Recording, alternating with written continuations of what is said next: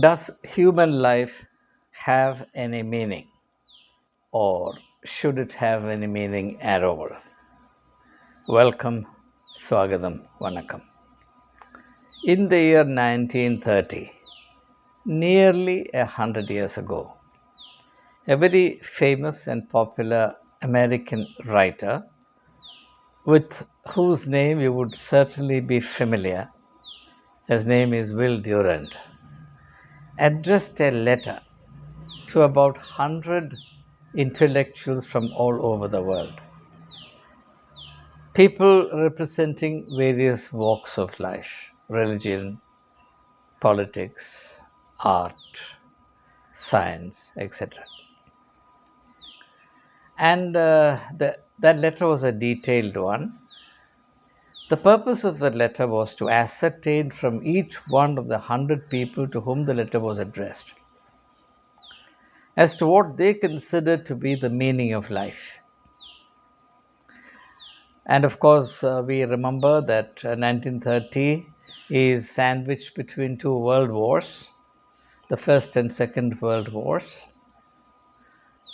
Events like world wars and great political, social cataclysms force people to think. They present a sort of existential crisis to human beings, which is a condition in which human imagination, intellect become hyperactive. And faced with the outbreak of unprecedented violence, large scale destruction of life, the eruption of irrationality all over,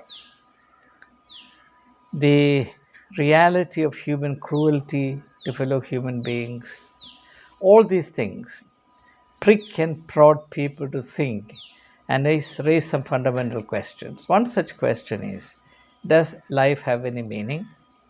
Or do we merely endure our existence on planet Earth simply because we are born and we could not have chosen not to have been born, and therefore we merely endure our time upon planet Earth until it pleases time in the form of death to bring our absurd existence to a close? And then we enter into complete oblivion or non existence. Or is there some meaning to life? This was the question that was bothering Will Durant, and he uh, formulated this question within the expansive context in which this question was bothering him, and sent 100 copies of that letter to various people. And three of the people addressed, 3 out of 100, were from India. Three of the 100 intellectuals of the world at that time, acknowledged thinkers and intellectuals of the world, from Will Durant's point of view, was easily the most popular author on subjects historical, cultural, and philosophical at that time, were from India. I wonder if somebody who is a counterpart of Will Durant, who is interested in re examining the question whether or not life has any meaning, were to formulate a cyclical letter and address to 100 chosen intellectuals of the world, if a single Indian will figure in that list. I don't know. I'm just wondering within myself. At any rate, it's a matter of some pride for us that at that time, among the leading thinkers of the world, there were three, and let me very quickly mention the three: Pandit Jawaharlal Nehru, Dr. C.V. Raman, and then, of course, the Mahatma Gandhi.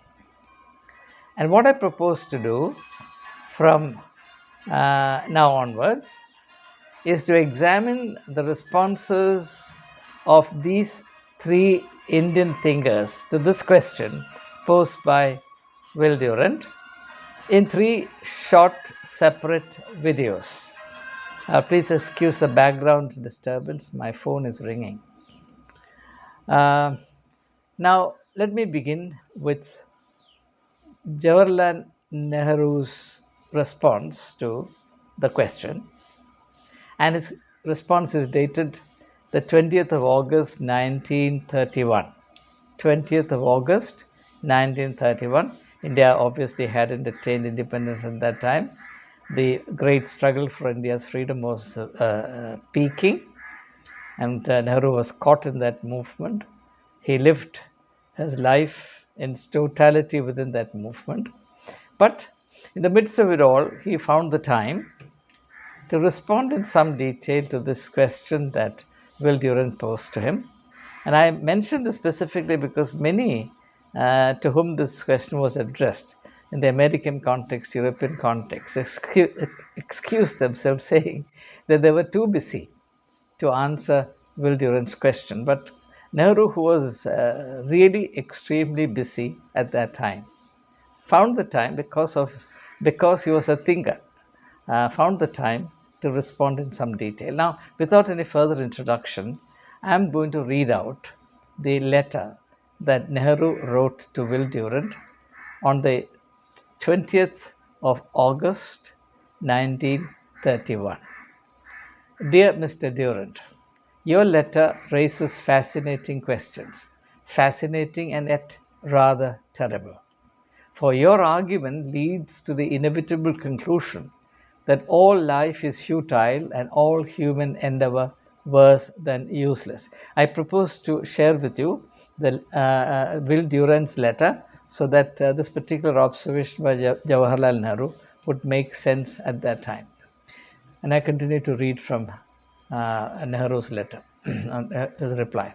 You have done me the honor of putting these questions to me, but I feel my utter incompetence to answer them. Even if I had the time and leisure, which unhappily I have not at present, I would find it difficult enough to deal with the problems you have raised. If anyone were to raise this question with any one of us, what's the meaning of life? We would be in a plight worse than that of Jawaharlal Nehru at that time. Many of us wouldn't even pause to think even for a moment or formulate a reply.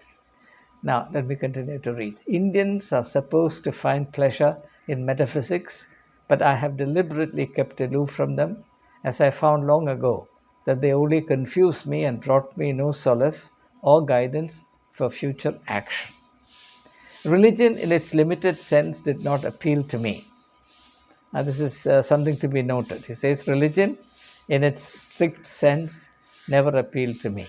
I dabbled a little in the various sciences as a dilettante might, not a hardcore scientist, but somebody who turns to scientific investigation, scientific knowledge out of sheer personal interest, a dilettante might, and found some pleasure in them, and my horizons seemed to widen.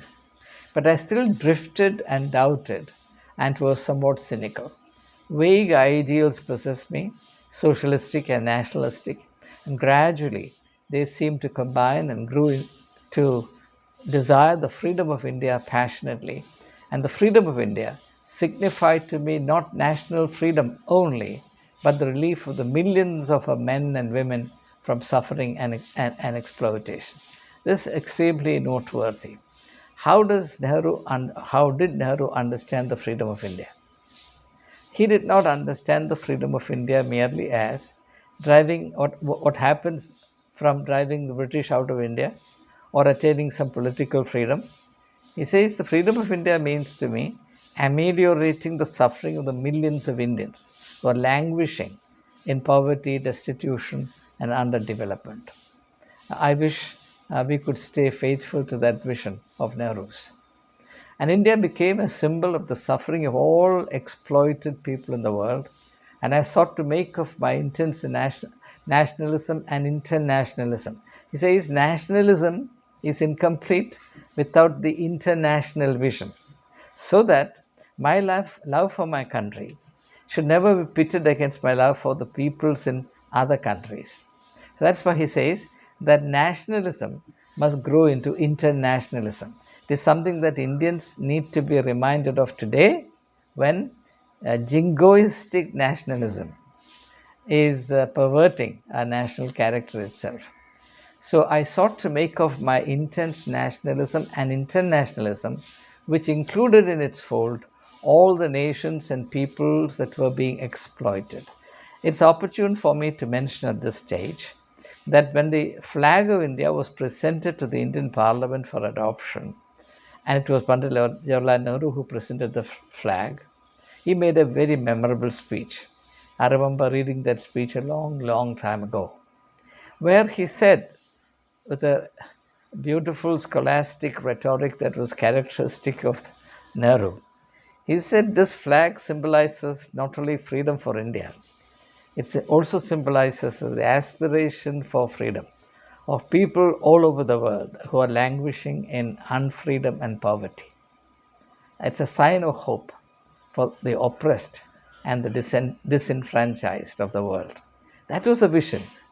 You can't think of a politician today having a vision of that kind. I want to emphasize that a great country cannot be built with uh, poor, small, mean-minded hearts, mean-minded people. Great countries are built by great men and women. It is that taste of greatness that we have almost completely lost. So I'll continue to read from his reply. I was troubled by these feelings and felt my helplessness. These seemed to me no obvious way of realizing my heart's desire. Then came Mr. Gandhi and pointed a way which seemed to promise results, or at any rate, which was a way worth trying and afforded an outlet for my pent up feeling.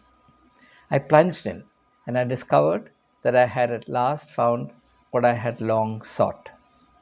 It was in action that I found this action on behalf of a great cause which I held dear. Now, this is something extremely important, and I commend it to all my viewers for their continued thought. What is lacking today from our life is this content, this element of action. We are all leading almost paralyzed existences. We lack that beautiful element called vitality. I have to confess that if I were to make a list of 10 most beautiful words in the English language from my perspective, this word vitality would figure somewhere at the top.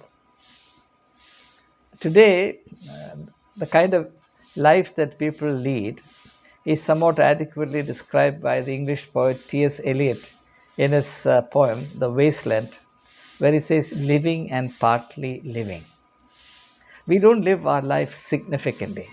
But the advantage that people like Nehru had in that generation was the opportunity to live their life significantly by participating in the struggle for freedom, by which some 30 crores or 300 million people were to be led from slavery to freedom. Obviously, it's a great cause.